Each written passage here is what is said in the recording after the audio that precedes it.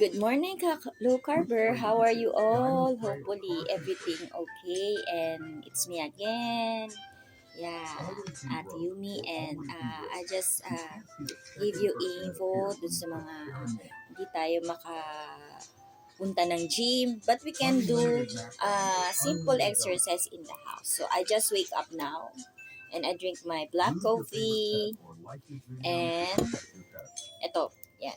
So like me, I do this one like 10 reps. So I just tell you the proper exercise for bicep. Like this. And then, yan. Pag naka-10 na po kayo nito, and the other side like this. Parang nawakan nyo lang yung pocket nyo and do like that. For tricep, no? I teach also online my son. Hello, Carlo. Get well soon.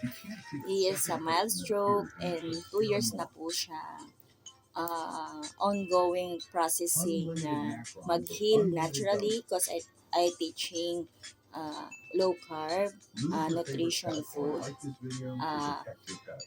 consultation. And thank God, nag-activate ang kanyang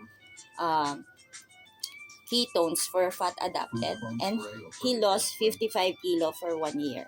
So, nakakatayo na siya and soon papapadala ko siya sa rehab after ng kanyang other treatment. No? So, nasa hospital sila ngayon sa Lazaro. Thank you so much for helping our community. And yan. After 10 rep, the other side. Like this. No? So, meron din yan kahit nakaupo tayo. Yan.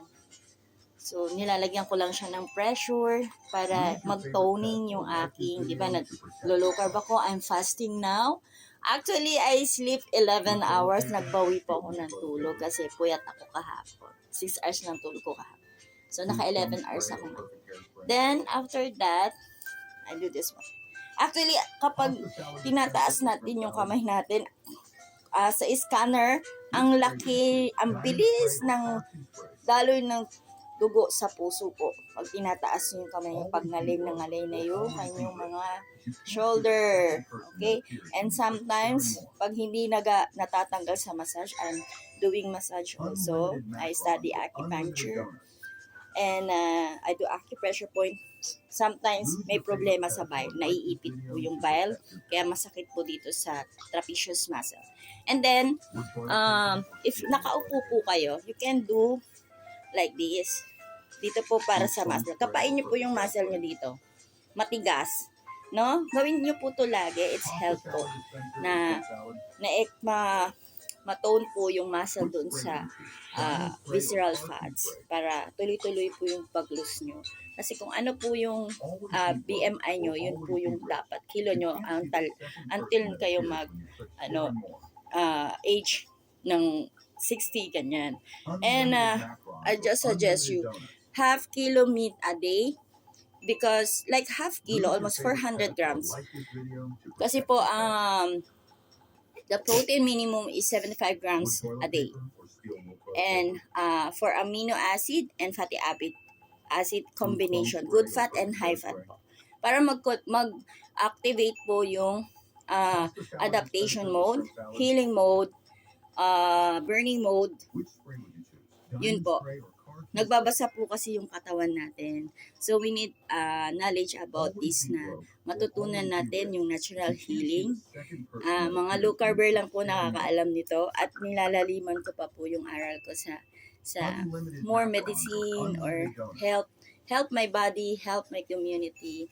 And thank God nag-activate kasi it's a discipline po.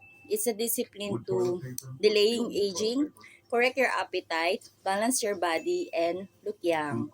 And you will see the low carb is very, very nice. This is international from American, Canada Association, Philippine Association, and it's helped me a lot. And I'm thankful for Dr.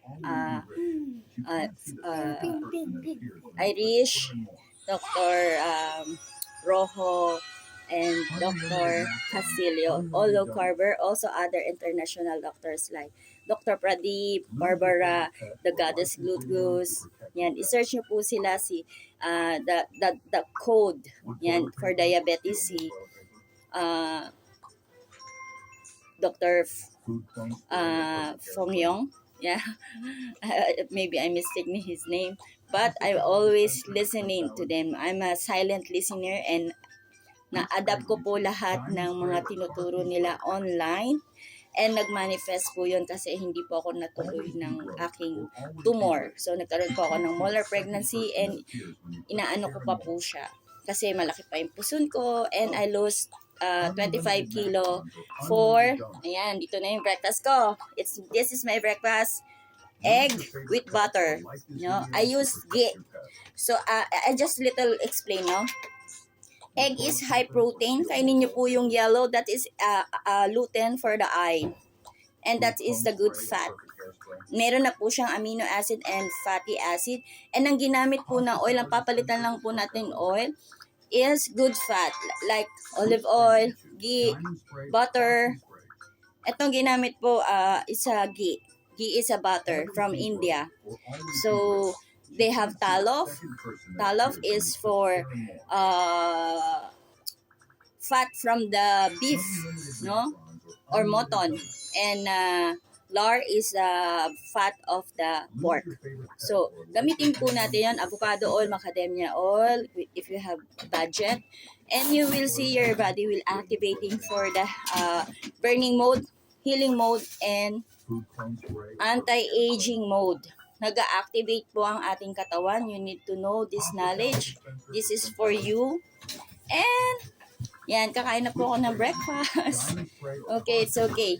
So, if starting for fasting, I can start 12 hours to 20 hours like this alternate. So, it helped for me. So, ayan. From 85 kilo, I'm 63 kilo na po.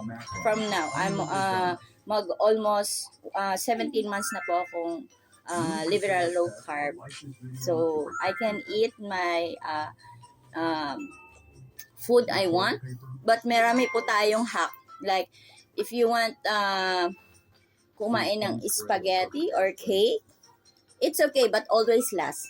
And I will eat first my bowl salad so that 75% not spike my sugar. You need to know this kasi may routine po ang pagkain. First, vegetable, high protein, good fat like avocado, and carbs, huli po. And moderation po ang carbs. Kasi our generation too much carbs and we have too much inflammation. We need to lower our insulin resistance and we need to know this knowledge.